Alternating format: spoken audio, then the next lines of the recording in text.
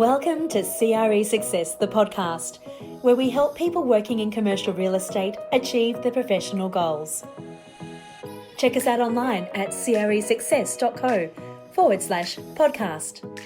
And now here's your host, Darren Krakowiak. Oh yes, hello. Welcome to episode 10 in season 2 of CRE Success, the podcast. We did promise 10 episodes this season and well, just like last year, I've decided that we're going to keep on going. So if you're enjoying this season, keep listening because we're going to roll out another 10 episodes. I've got great interviews lined up regarding how to leverage the media with an actual journalist. We're going to talk about how to navigate your career with an actual recruiter. And we're also going to talk about how you can put out the ultimate piece of credibility building content with an actual commercial real estate agent stroke author of a novel. We'll be doing that in the next 10 episodes of season 2 of CRE Success, the podcast. We do, of course, have to get through today's episode first. And the guest I've got today, I could not get this guy to shut up. I can tell you, I've got this promise that I made when I first launched CRE Success, the podcast. I said, we've got to make every episode 30 minutes. And this particular person who was being interviewed had no respect for that idea. And that particular person is, it's me. Yes, I am your guest on this week's episode of CRE Success, the podcast, but I'm not doing the interviewing. Lorri Rowlandson of BGIS, who was on season 2 of CRE Success, the podcast. You can listen to her episode in episode 5. Well, she had me on as a guest on her podcast. And we're talking about things like leadership and, why I set up CRE Success. And I think this episode's going to help you understand a bit more about my mission. It does go for longer than 30 minutes.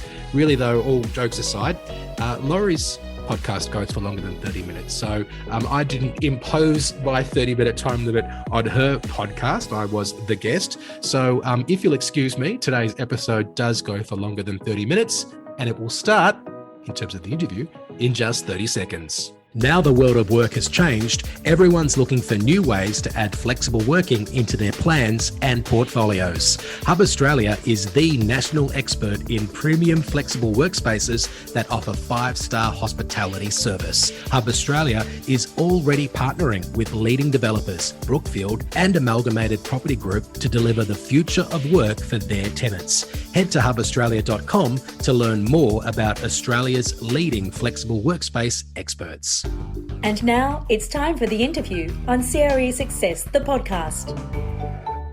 Hey everyone, welcome to today's episode. And today I'm joined by Darren Krakowiak from CRE Success, all the way from Melbourne, Australia. Welcome, Darren. How are you today? Hi, Lorri. I'm good, thank you. Thanks for having me. It's so great that we can chat. I think it's morning tomorrow for you, and for me, it's yesterday night. We have a 16-hour time difference, which makes finding a time quite difficult, but I'm glad that we've achieved that today. Me too. I've been a great follower of yours for quite some time, Darren. I guess at least a year since you've really dove into CRE Success, and have often shared a number of your insights and articles on LinkedIn. So I'm delighted to have you as a guest today. Thank you so much for joining us. My pleasure. Thank you. Hey, Darren, one of the first questions we always ask our guests, because it's something that is of interest and advice to our listeners, is about your career path. And often careers, have a curvy line, or you ended up not where you expected to be. But maybe you could just give us a few minutes about your past and your work experience and how you got to where you are today.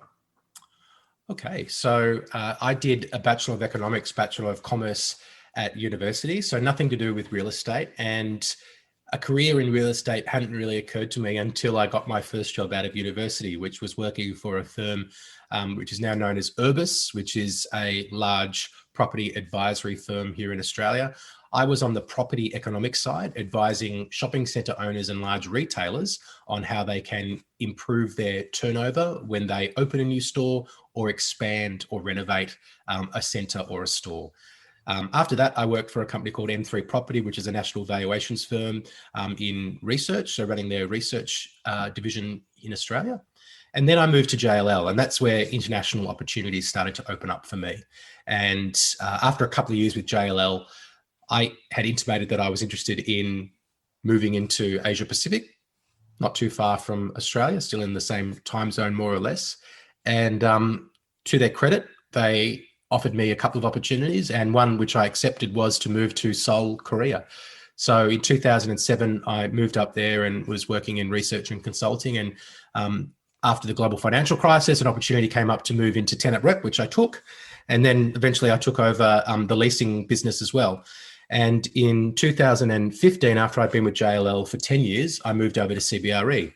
At CBRE, I was the country head of the Korea business, which was a 300-person full service line business. And, that was a great challenge and a great opportunity for me. And I was 35 years old at the time. So maybe a little bit early in terms of having that responsibility, particularly in a country like Korea where hierarchy and one's age is very important. But I'd had 8 years in Korea by that point, and I probably had enough runs on the board to, to do the job. And certainly we achieved some great financial outcomes and also some people outcomes for the business, which I'm, very proud of. In 2019, I came back home to Australia. I'd just gotten married and came back with JLL and did a year in the business doing tenant representation. And when I came back to Australia, one thing that I saw, I think more clearly, and possibly because I came back to Australia not in a leadership role, but more in an operational role, I saw that there was this gap between people had a gap when it came to getting support with professional development, whether they were stuck on, trying to find new clients, whether it was advancing a lead into an opportunity, converting an opportunity into a sale, managing clients. There just wasn't a lot of resources that I could see out there for people in commercial real estate who were looking for it. I could see it in other industries. In residential real estate, there were a lot of influencers and coaches and speakers that were covering that, but there wasn't a lot in commercial real estate, particularly in this part of the world. There certainly is some in North America. So I saw that opportunity, and that led to me launching the business CRE Success just over a year ago now. And yeah, that's how I got to where I am today. Wow, that's an incredible journey.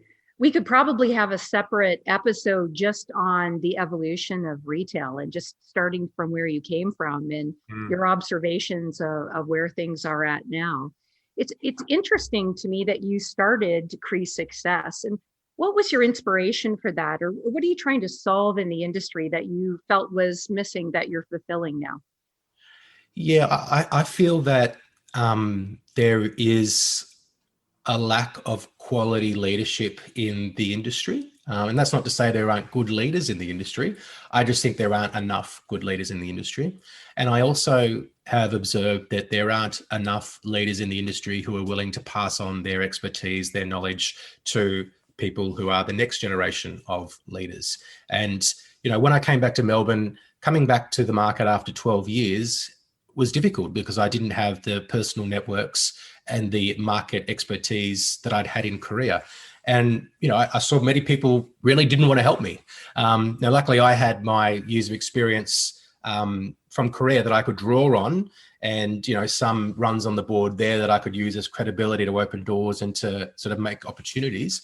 But certainly there was this, I would almost describe as a bit of a closed-minded or scarcity-minded mindset from some people, just not wanting to provide that support. And, my sort of approach to leadership has always been to try and help people as much as possible. My success is your success. So I thought that there was an opportunity for someone to provide that leadership in the industry. And I think I've got something to contribute in terms of, energy, in terms of the way that I approach, prospecting and pitching for business and client experience, but also some, I guess, less talked about skills like personal branding, time management, the concept of mindset, which I think is not something that's dealt with a lot in our industry, but also leadership more generally. That's so interesting, Darren, because it sounds like you're really focusing in on, I'll call it more of the interpersonal success factors, perhaps in addition to the technical aspects. Could you maybe just talk a little bit about, just a moment about what kind of skills that you felt were a void in the industry and maybe were not getting fulfilled by other industry associations and things like that in the past? And I'm interested in your balance between technical and interpersonal. So in the past, and then I'm really interested in the same question, but in the future. Yeah, so I think if you speak to a lot of people who work in commercial real estate, they'll give you a similar story, which is when they started, they got a phone and maybe a couple of leads, and they were told to get on with it. And there wasn't a lot of instruction about the way to go about things. Certainly, I think if people have technical questions about where do we go from here in terms of a lease negotiation or in terms of moving a sale forward, they'll be able to get that support, and probably they'll have someone else working with them on the transaction who might be taking a split of the fee. But there wasn't, as I could see, much to be gleaned in terms of, how do you build those client relationships?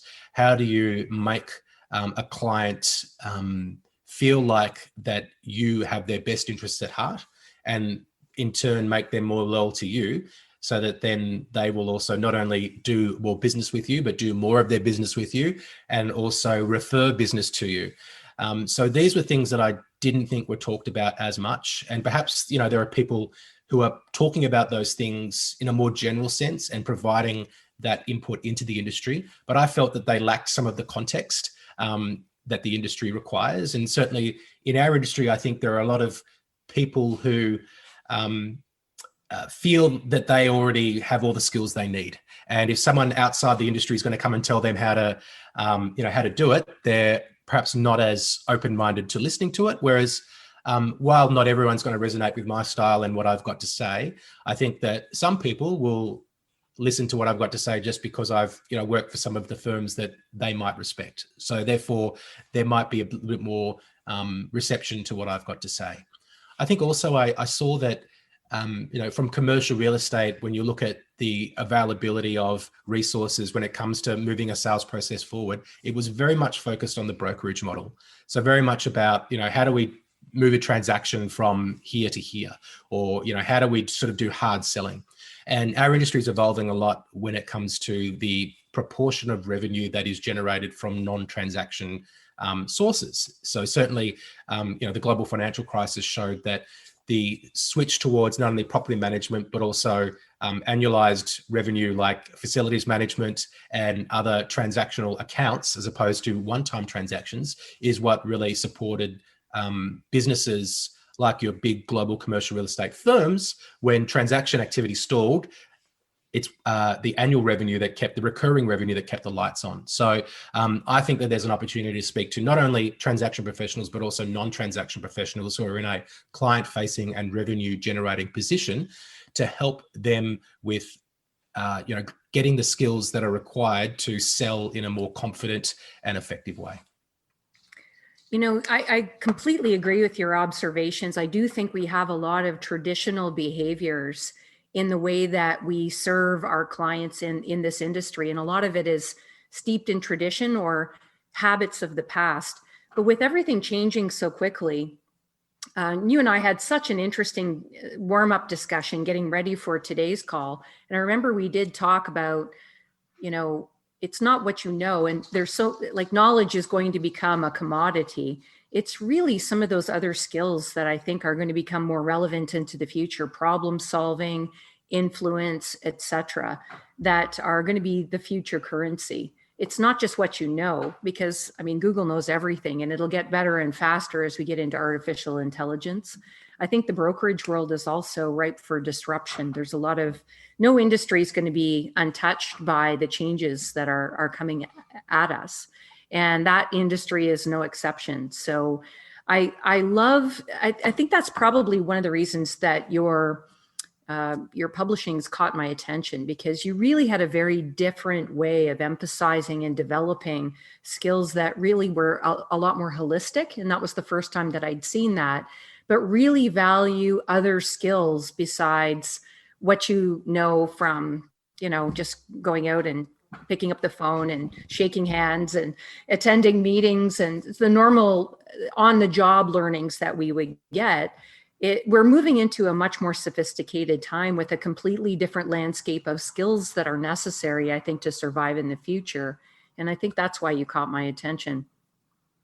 Yeah, thank you for observing that. That's exactly what I'm trying to do. And I think the softer skills of, influence, persuasion, emotional intelligence. These are going to be the skills that employers are going to be looking at more closely in the future. And certainly clients are going to want to work with more people who can relate to you better, not just someone who can get a result. And while results are still going to be very important in our business, and we are very much a numbers based business, there is a need to also have those people skills. And I think we've seen in our industry that some people who are very strong transactors are starting to be certainly in some instances moved out of leadership positions, because companies are recognizing that for the greater good of the business, that these people shouldn't be managing others because they just don't have those leadership or people skills.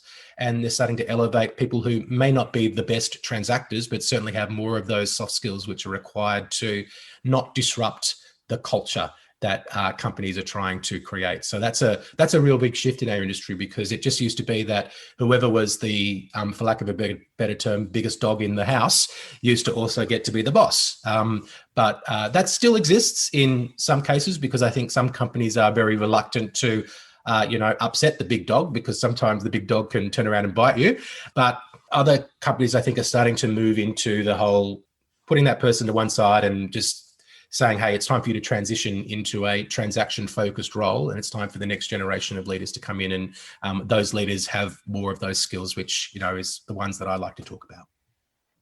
And you and I are about a couple of decades or a decade or two into our careers, right?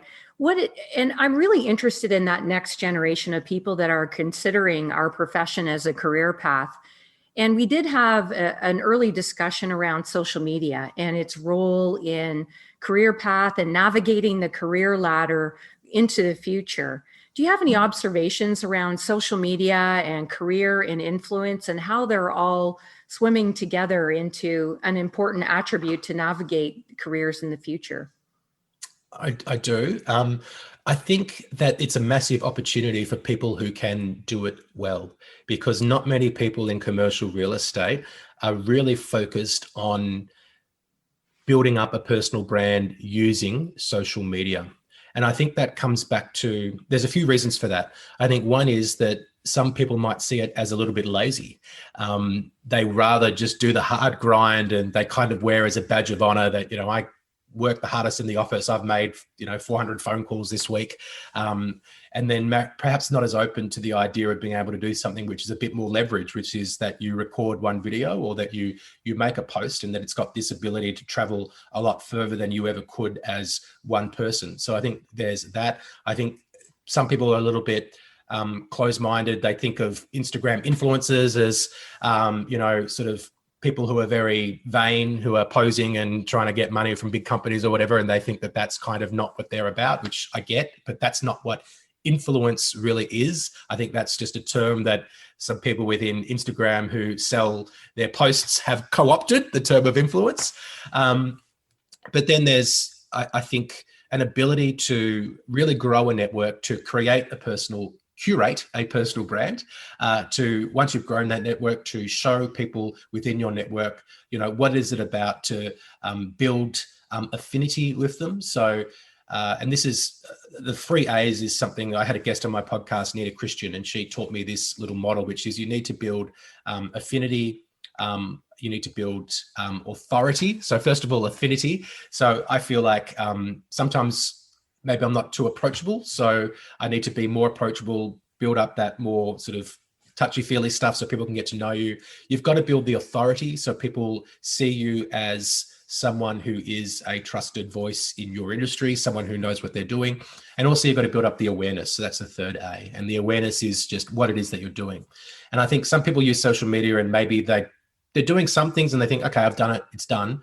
But they don't have the proper cadence, I think, of those 3 different types of posts. And if you're just posting, say, here's a deal I did, or this is what I just sold, or if you're posting all pictures of your pets, maybe you're fully off affinity and none of the authority or the awareness, you're not going to have the right sort of mix. So I think there's this mix that you can put into place when it comes to your content schedule. And I think people just don't understand that. And if they understood that better and understood what they can do with relatively limited time, it doesn't need to take hours and hours. It just needs to be something that you do, 2 posts a week on LinkedIn is more than enough, in my opinion, because you don't need to post 15 times every week like you do on Instagram. Content lives for longer on LinkedIn. I've noticed posts that I've put on that have had likes 3 or 4 days after, right? Because it's just, people don't log in every day to LinkedIn like they do with Instagram. So therefore, when people you're connected to log on to LinkedIn, even if something's from a few days ago, if LinkedIn decides that you're relevant to that person, it will pop up in their feed. So I think there's a number of reasons why people don't do it, but there's a few reasons or some few, if you like, objection killers for people who perhaps don't want to do it, to try and encourage them to get involved and to get in the game. You bring up some great observations, and I think you're right. I think sometimes the knee-jerk reaction is that it's done for vanity reasons, but it has so much more potential than that. Like, I know what you and I do is we openly and share articles and information on social media. And, it's a very small community of professionals that we have in our industry. And as your career path and mine, you cross companies, you're on the client side, you're on the service provider side. It's a fairly small industry. So to have a personal brand that's elevated of excellence and credibility that rises above your company is, I think, the future career currency. And like you say, you can use it to post pictures of your dog, which to me is a waste, or you can use it to inform and educate and attract the eye and add value to your peers in the industry. And that is really going to help you rise above and accentuate your career and your network. And I think all of those are going to continue to be very important in our profession as well.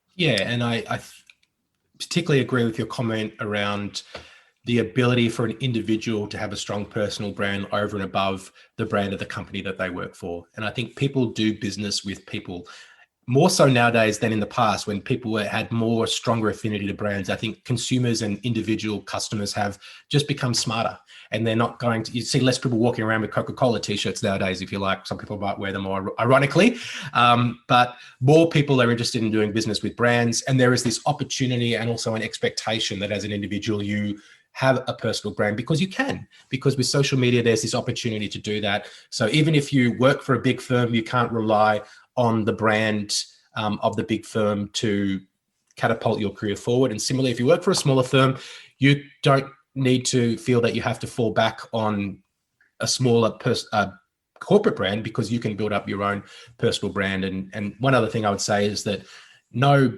brand, a company brand, is going to fully, I believe, capture all of your personal values. So it's better to have a personal brand which cannot be replicated. It cannot be copied. It's unique to you. It can travel further than you. And it's going to be something that people who resonate with who you are and what you're about are going to be attracted to. And it's also going to not repel, but maybe it's going to be not as a strong magnet for people who aren't a naturally good fit for you. And work's going to be much more enjoyable if we can do business with people who like us and that we want to do business with. And that's another thing that personal branding does, is that it kind of acts as a filter to bring people who are a better match to you, and to perhaps steer other people in, other directions. Absolutely. It's a chance to have some personality and emote kind of your character and your brand and what you stand for, which I think is really important. Even at a leadership level, there's all kinds of different leaders at every level that are a wide spectrum. It's one of the most interesting case studies I read was looking at different types of leaders for different types of situations. So no one leadership style fits all. It's what kind of a leader do you need for your business problem right now? And so trying to find somebody with those interpersonal characteristics, as well as the knowledge, is really how you're going to move the needle in that circumstance. So whether you need, a leader that, your employees relate to and resonate with, or you need, there's so many different, you need a leader that's a fixer-upper, that maybe they're taking over a building, a business that's distressed, or they need to take a business from good to great. And they're one of those leaders that take businesses public. There's such a wide spectrum. And so when you emote your personal brand, people know if you're going to be ideally successful in the role that you're in and what kind of a leader you are. So it's a great opportunity to go far beyond the resume. And I do think going forward, that social media or some element of that is going to be part of the future currency. And I certainly know HR organizations are reviewing and vetting social media accounts of new hires too. And for myself, it's been a great opportunity to meet great influencers and thought leaders, including yourself, as well as other authors and thought leaders, Rex Miller, others that have been on my podcast and have had just really engaging conversations, meeting them in person. What a thrill. And having great conversations with them at the conference, at the bar sometimes, and just getting to know them a little bit more and learning from their perspectives. It's just really enriching. I'd like to hear, you have such a unique perspective on the industry. I'd like to hear a little bit more, go into a little bit more depth about what you think is the biggest opportunity that you see in corporate real estate going forward, and what kind of changes you feel we're going to experience in the future outside of branding, but just the business side. What are the major changes that you see are going to be the biggest impact on our profession going forward? Well, I know you're a tech nerd, Lorri. So I think technology would be one to sort of keep your eye on. And I guess my observation, I'm not a tech head, but what I have seen is that I believe our industry is way behind when it comes to technology. When it comes to and I'm not saying that companies are doing a bad job at deploying it, but I do think that the message about technology and the utilization of technology is not filtering down to the individual operator level. And there is still a lot of work that's done manually, that's done the slow way, that isn't leveraged, that isn't efficient. And there is huge opportunity to create more efficiency in the way that things are done in the industry. So, one example I could give you is the use of a Calendly link. And a Calendly link is just an automatic scheduler where if I want to have a meeting with somebody, I send them a link and it syncs up with my calendar and their calendar. And it just allows them to pick a time which works for me and works for you. And it's stopping the friction that comes from, what time works for you between these times, and there's 2 or 3 emails that go back and forth that it could take 2 days just to set up a meeting. And the amount of times that I've sent people a Calendly link to set up a Zoom call, and people come back and go, wow, I've never seen this before. And, oh, wow, isn't that good? Or, I use it with people who are in different time zones and they don't read the AM and the PM and they get it wrong. So now my Calendly link has this almost in bold letters, please observe AM, PM. So obviously they just haven't used it before. Kind of interesting that a little piece of technology like that, which, from the commercial real estate perspective, you could use that to schedule inspections quite easily. You could say, between 3 and 5 p.m., I'm going to be available for inspections in this street or in this neighborhood. And anyone who's a prospective tenant or purchaser for that property, I'm going to just send them that link and then they can schedule at that time. Like, that seems like the simplest thing, but I don't see really anyone in commercial real estate really using that. And the fact that when I would send people a Calendly link to set up a time shows me that they're not being exposed to this sort of technology. And, I think in terms of the way that people manage the sales process, the use of CRMs, even when companies do bring in things like Salesforce and other CRM systems, there is a reluctance to use them because people want to protect their own data. People think, oh, this is just a whole process that I've got to learn. There's not an acceptance or a willingness to try new things that perhaps can be better in the long run. And I don't know where the blockage is, whether it's leadership not working hard enough to sell the benefits, or whether there's just a bit of a closed-minded mentality from individuals. But if we can clear that blockage, and if we can create more of a willingness to utilize technology to create more efficiency, then that's going to be huge in terms of the ability just to get things done more quickly. And that's what's going to be required, because if your strategy is to work more hours than everyone else in order to be the best, the bad news is that you're going to run out of hours of the day. So there's a limit to how much you can do, or you're going to run yourself into the ground, and people around you are going to eventually start doing things the smarter and more efficient way, which means that people are going to overtake you. So you've got to be willing to look for ways to do things better and smarter and more efficiently. And one of those ways is with technology. And I just don't think that we have done enough as an industry to embrace it. I think we've seen prop tech, we've seen things like virtual tours, in the property management space, we've seen artificial intelligence and property management systems and dashboards. And, there are ways that you can detect, if this has happened, then perhaps that means it's one of these problems and we can send it and fix it. That's all great stuff. But in terms of at the individual operator level, I think there is still great opportunity for us to utilize technology more. I couldn't agree with you more. I think I hear two themes in what you're saying. One is around personal productivity and some of the tools that enable, a more connected employee experience and enabling productivity. I mean, we're so fascinated with productivity right now. And to your point, I think COVID was a catalyst for a lot of change. People were working remote, or, those companies that were slow to adopt mobility programs didn't have a choice, and everybody worked remote or at home, and they were living in an experiment of evidence. And those companies that were not ready with tools like Teams or Zoom or something similar, and the ability to be able to connect and ideate, even virtual whiteboards and Calendarly and all of those tools, I think were caught a bit flat-footed. And the ones that have thrived are the ones that had those tools available. And I think we're going to continue to see that accelerate. I'm experimenting with the virtual office, meaning, with those, my Oculus glasses, trying to see what that's like. And it's still a bit lumpy, but it's cool. It's interesting because that they're going to get better and better at it. Moore's law, right? They'll get better and better at it. That's neat.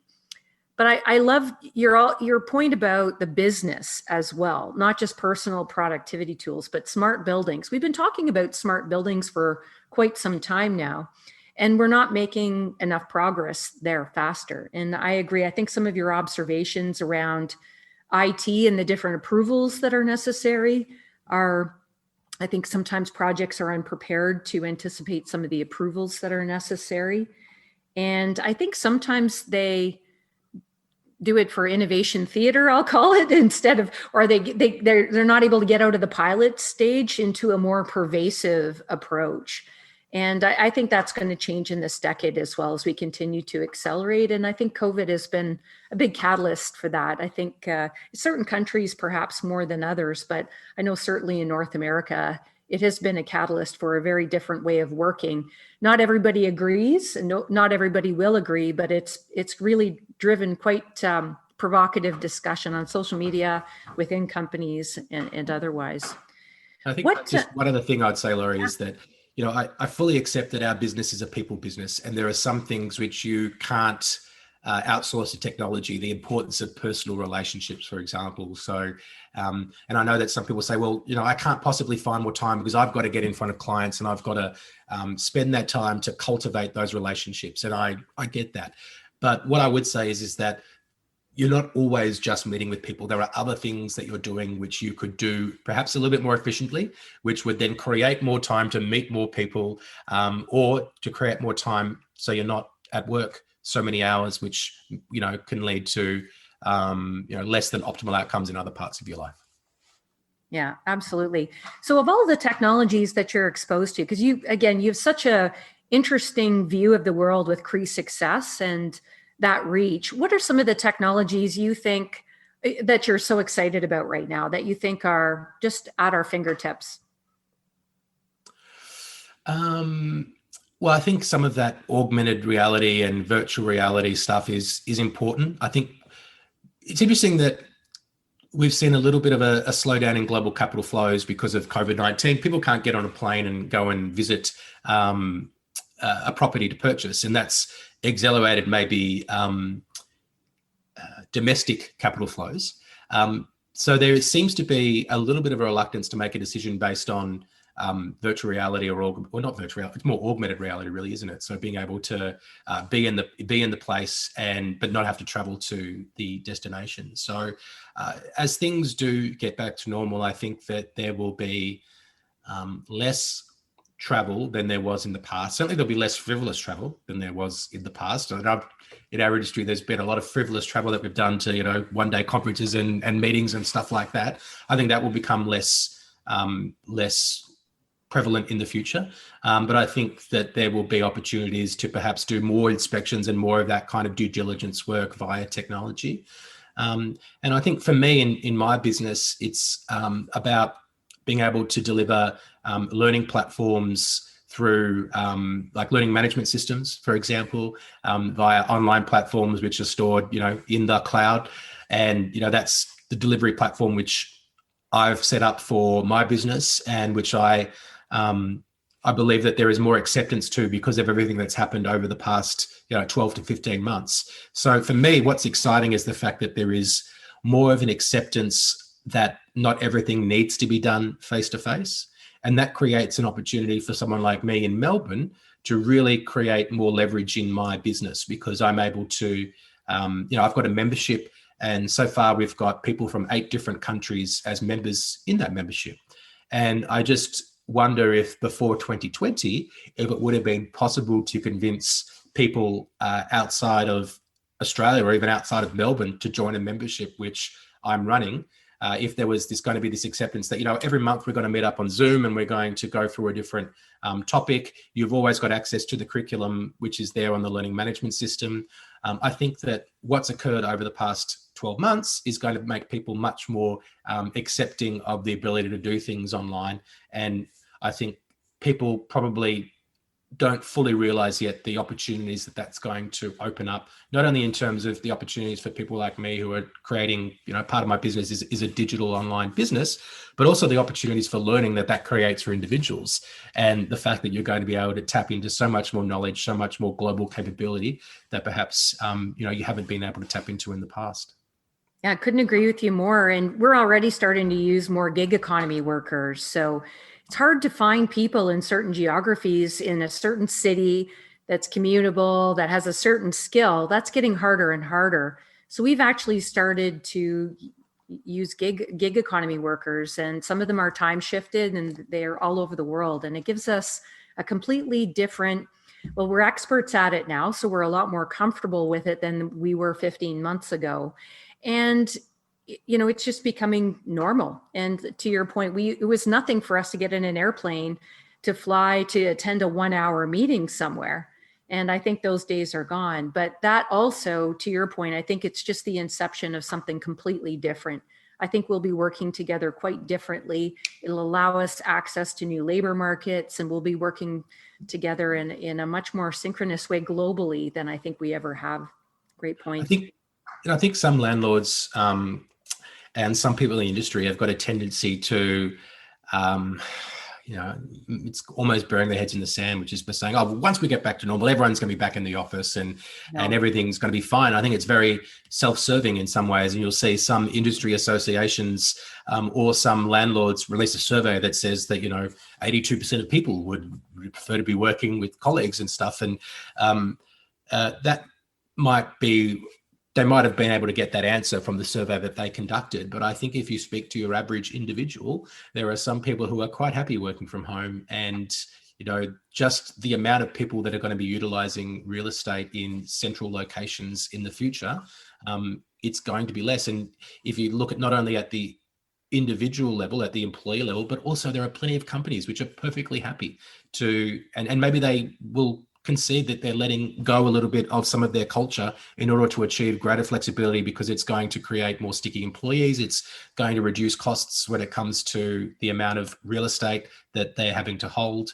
So there's a lot happening. And I just think that as an industry, some people are embracing it, but perhaps there are others who are, not yet fully come to terms with the fact that things have changed and perhaps they won't go back to the way they were. I'm smiling at your comment, because you're right. If you ask the brokers for statistics, you'll get something that's completely glowing, like, 99% of people are coming back to the office and we can't wait. But I think we will come back very differently. The reality is that we see, talking to clients directly, a minimum of 20% of space rationalized, meaning reduced, and 50%, between 20 and 50%. So I definitely think there'll be a reduction. I think that the death of the office is grossly exaggerated, but I absolutely agree with you. I think we'll be working quite differently in the future. Yeah, 99% of people will come back, but it will just be to get their laptop fixed when they need to see IT. That's right. Exactly. But I think that they mean that they will come back and sit in their same oatmeal colored cubicle, or maybe their cherry wood panel office, or whatever their situation is. But hey, Darren, you mentioned CRE Success briefly, and I was wondering if maybe you could just tell us a little bit more about CRE Success, the kind of learning that's available, and just tell us something cool that you're working on right now. I always love to hear what's coming down the pipe. Sure. Well, I think the membership is something that's quite exciting. So this is something that I set up in December 2020, and I don't think that there's anything else that exists in commercial real estate quite like it. The membership revolution that is going through the economy globally is it's happening, right? And you see it not only through companies like Netflix, but also through, I don't know if it's called HelloFresh in your part of the world, but those boxes that you get where you're delivered food every week. If you look at Microsoft and Apple, they don't sell their software in a box in a shop anymore, that you generally get access to it. You pay a certain amount every month. So these are the sorts of changes that are happening in the economy at wide. And I saw the potential to, I do sell stuff to corporates, but I also see this need from the individual to be able to get access to professional development services who are looking to elevate their performance. So I thought a membership was the right way to go. And, I've done sort of like a founding members launch back in December, and I'm going to be going a little bit wider in terms of the next launch. And, I really want to scale up this platform. I want to collaborate with, industry professionals such as yourself, who I might bring in as guest speakers in the future. And, I want to attract people from even more countries. I mentioned we've got people from 8 countries in the membership so far. I'd love to have 20 countries, for example. And, I want to build more content. So there's this rich curriculum that people can draw from, along with the monthly calls, and also the community. So the people that are inside the community that are all interested in learning and growing and supporting each other, that's a huge value proposition for people to be able to join as part of a membership. So I'm quite excited about the membership. Another thing I'm excited about is just the ability to be able to deliver speaking engagements in person, right? So I did a global conference for a North American commercial real estate services firm recently, but that was via Zoom. I'm doing a couple of symposiums for a national firm here in Australia, and that's going to be in person in Brisbane and Sydney. So I'm looking forward to be able to stand up and deliver speeches in person. So that's very exciting about what's happening in the future. And I guess just the ability to have more of an impact, to spread the message. It's been about a year since I started this business, and there's a lot more work to do in terms of speaking to people like yourself, Lorri, and your audience, but in other countries, in other parts of commercial real estate. So getting people to understand that I'm not just here to talk about how to do brokerage. I'm here to talk about all aspects of commercial real estate, and how as individuals we can elevate our performance and accelerate our careers and sort of live up to our full potential, so we can have the lives that we really want. Well, Darren, I couldn't underline everything you just said. I double underline it, because I think your content is very fresh, and it's very objective, and it's very holistic. And that's something I really appreciate for our profession. It's not anchored in bias of any kind. It's very holistic. It's very fresh. I love some of the concepts that you're talking about that I think are really at the center of our future. So if you're not already a member of CRE Success, we will make sure that we will put links in the bottom. I'll also add them to my website. Absolutely no problem. I think Darren is going to share a link that I'll send out to all of our members coming up in a few weeks, just to give you a bit of a special deal. Happy to pass that along. But if you're not familiar with Darren's work, I really encourage you to follow him in social media, follow him on LinkedIn, and join the CRE Success program, because the content really is terrific. And I thank you so much, Darren, for being such an incredible contributor to our profession. I applaud you for standing alone and taking a very different direction and trying to have a very different voice in a sea of traditionalism, which I think is so important. So I'm so glad to have found you, and happy to endorse and recommend you and pass along your information to our audience. Well, thank you so much, Lorri. It's really a pleasure to speak to you, to somebody who has such a great platform and has such a great reputation in our industry. If I can borrow some of your credibility and spread the message, that's a fantastic opportunity for me. So thank you so much for having me today. It's really my pleasure. Like I said, I really love our profession and the people in it. And those that are just as passionate as I am about our future and our profession, we're all kindred spirits on the same topic. And I love how philanthropic we are as well, because it just comes from a place of the heart, how passionate we are about our profession.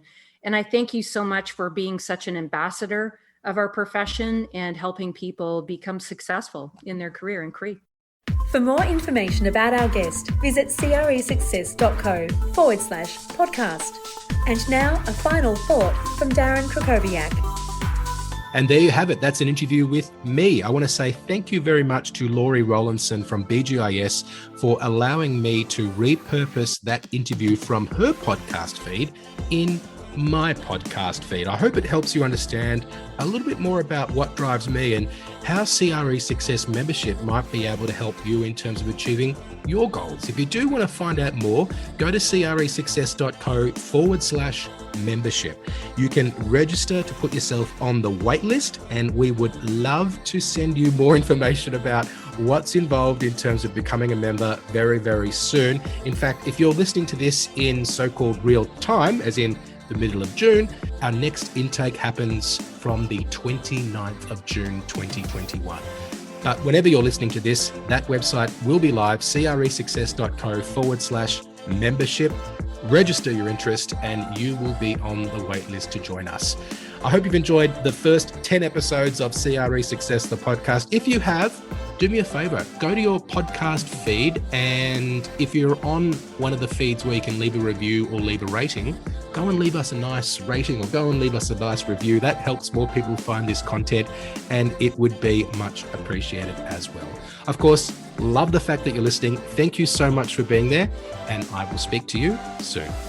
Thanks for listening to CRE Success, the podcast. If you enjoyed this episode, make sure you subscribe to us on your favourite podcast platform and be sure to leave us a 5-star review. For more information about the show, just check the show notes on your podcast app or visit us online at cresuccess.co.